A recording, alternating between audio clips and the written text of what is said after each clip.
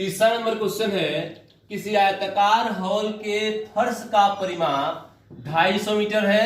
यदि 10 रुपया प्रति मीटर स्क्वायर की दर से चारों दीवारों पर पेंट कराने की लागत 15,000 रुपये है, तो इस हॉल की ऊंचाई ज्ञात कीजिए। तो हमें बताया गया है आयताकार हॉल का परिमाप और 10 रुपये के हिसाब से चारों दीवारों पर पेंट कराने का खर्च बताया गया है कि 15,000 रुपये है।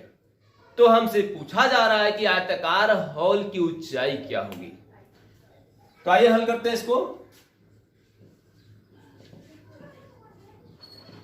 दिया गया है कि आयताकार हॉल का परिमाप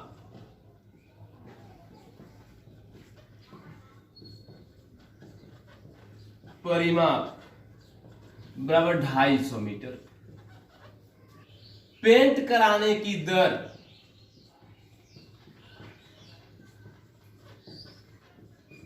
बराबर 10 रुपये प्रति मीटर स्क्वायर तथा पेंट कराने की लागत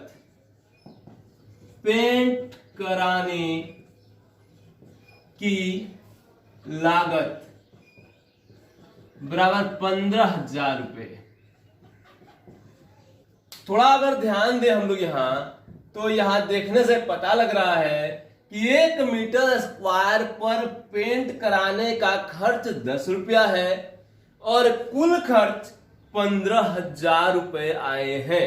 अगर कुल खर्च में हम दर से भाग लगा दें तो पेंट की गई क्षेत्रफल हमें पता लग जाएगी कि कितने क्षेत्रफल पर पेंट की गई है। और जब हमें कुल क्षेत्रफल पता लग जाएगा तो हम आसानी से आयताकार हॉल की ऊंचाई ज्ञात कर सकते हैं। तो इसलिए पेंट की गई कुल क्षेत्रफल बराबर कुल लागत बटा दर। अगर दर से कुल लागत में हम भाग लगा दें तो हमें कुल क्षेत्रफल निकल जाएगा। जैसे अगर कहा जाए कि 1 मीटर स्क्वायर पर पेंट कराने की दर 10 रुपया है और 5 मीटर स्क्वायर पर पेंट कराना है। अगर आपसे कुल खर्च पूछा जाए तो आप कहेंगे कि 10 पचे 50 रुपया होगा, यानी कि दर को क्षेत्रफल से गुना कर देंगे तो कुल लागत निकल आएगा। उसी प्रकार से यहां पे कुल लागत दिया गया है और दर दिया गया है। इसको थोड़ा समझते हैं। यहां हम लोग को अगर दर पता हो, कुल लागत ज्ञात करना हो, कुल लागत ज्ञात करना, जैसे मैंने अभी आपसे प्रश्न किया कि यदि पेंट कराने की दर 10 रुपया प्रति मीटर स्क्वायर हो और 5 मीटर स्क्वायर पर पेंट करानी हो तो बताइए कुल खर्च क्या होगा। तो आप कहेंगे कि 1 मीटर पर पेंट कराने की खर्च 10 रुपया है तो 5 मीटर पर पेंट कराने की दर 50 रुपये होगी। अर्थात कुल लागत बराबर दर गुने क्षेत्रफल। दर से क्षेत्रफल में गुना कर देंगे, आपको कुल लागत निकल जाएगा। अब हमें निकालना क्या है? क्षेत्रफल निकालना है और दर और लागत दी गई है। तो यहाँ पे दर जो गुना के रूप में है बराबर के इस साइड भेज देंगे तो वह कुल लागत में भाग लग जाएगा। अर्थात हम यहाँ क्षेत्रफल निकालना चाहते हैं, क्षेत्रफल और दर गुना में है तो दर को बराबर के इस साइड जब भेजेंगे तो कुल लागत बटा दर हो जाएगा। तो इस प्रकार से क्षेत्रफल हमें निकल जाता है। तो उसी का हम लोग यहाँ प्रयोग किए हैं कि पेंट की गई कुल क्षेत्रफल बराबर कुल लागत बटा दर।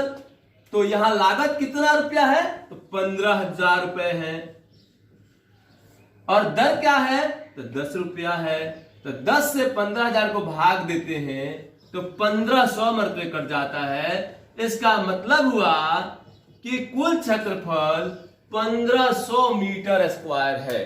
तो इस प्रकार से हमें आयताकार हॉल का कुल क्षेत्रफल पता लग गया और इसका परिमाप यहाँ 250 मीटर दिया है। और घनाभ के चारों दीवारों का क्षेत्रफल ज्ञात करने का सूत्र हम लोग जानते हैं 2 into L plus B into H होता है। और 2 इंटू एल प्लस बी को हम लोग आधार का परिमाप भी बोलते हैं। हम लोग पढ़े हुए इसको आधार का परिमाप और गुने ऊंचाई भी लिख सकते हैं इस सूत्र को। ये आधार का परिमाप हो गया और गुने ऊंचाई हो गया। तो आधार का परिमाप यहाँ हमें दिया गया है और कुल क्षेत्रफल दी गई है। आसानी से हम ऊंचाई निकाल सकते हैं, अर्थात हम लिखेंगे इसको, इसलिए आयताकार हॉल के चारों दीवारों का क्षेत्रफल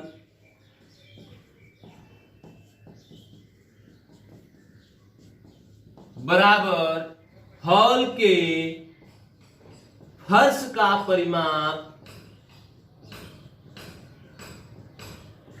गुने ऊंचाई।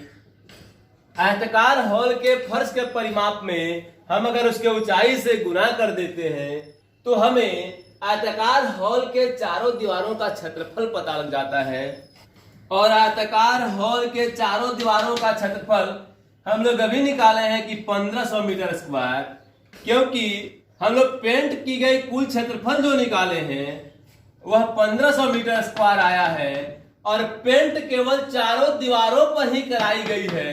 इसलिए आयताकार हॉल के चारों दीवारों का क्षेत्रफल जो होगा सो 1500 मीटर स्क्वायर ही होगा।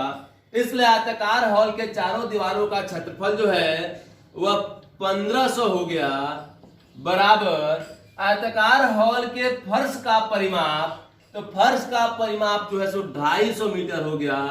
अभी मैं समझाया हूं कि आयताकार हॉल के फर्श के परिमाप में ऊंचाई से गुना करने पर चारों दीवारों का क्षेत्रफल कैसे आएगा। इसी चीज को मैं यहां बताया था कि चारों घनाभ के चारों दीवारों का क्षेत्रफल जो होता है 2 into L plus B into H होता है, अर्थात आधार का परिमाप गुने ऊंचाई। तो आधार का परिमाप ही हॉल के फर्श का परिमाप है, हॉल का फर्श ही हॉल का आधार है। तो आधार का परिमाप गुने ऊंचाई, बात वही है। तो वही 250 वही 250 गुने ऊंचाई। अब 250 यहां गुना में है, इधर भेज देंगे तो भाग में चला जाएगा, यानी कि 1500 बटा 250 बराबर, अब इधर बच जाएगा ऊंचाई। 250 से 1500 को भाग लगा देते हैं हम लोग, 6 मरते कट जाता है, इसलिए ऊंचाई बराबर 6 मीटर आ जाएगा। तो हम लिख देंगे कि हॉल की ऊंचाई, अतः हॉल की ऊंचाई 6 मीटर है। अतः हॉल की ऊंचाई 6 मीटर है। यही हमारा आंसर।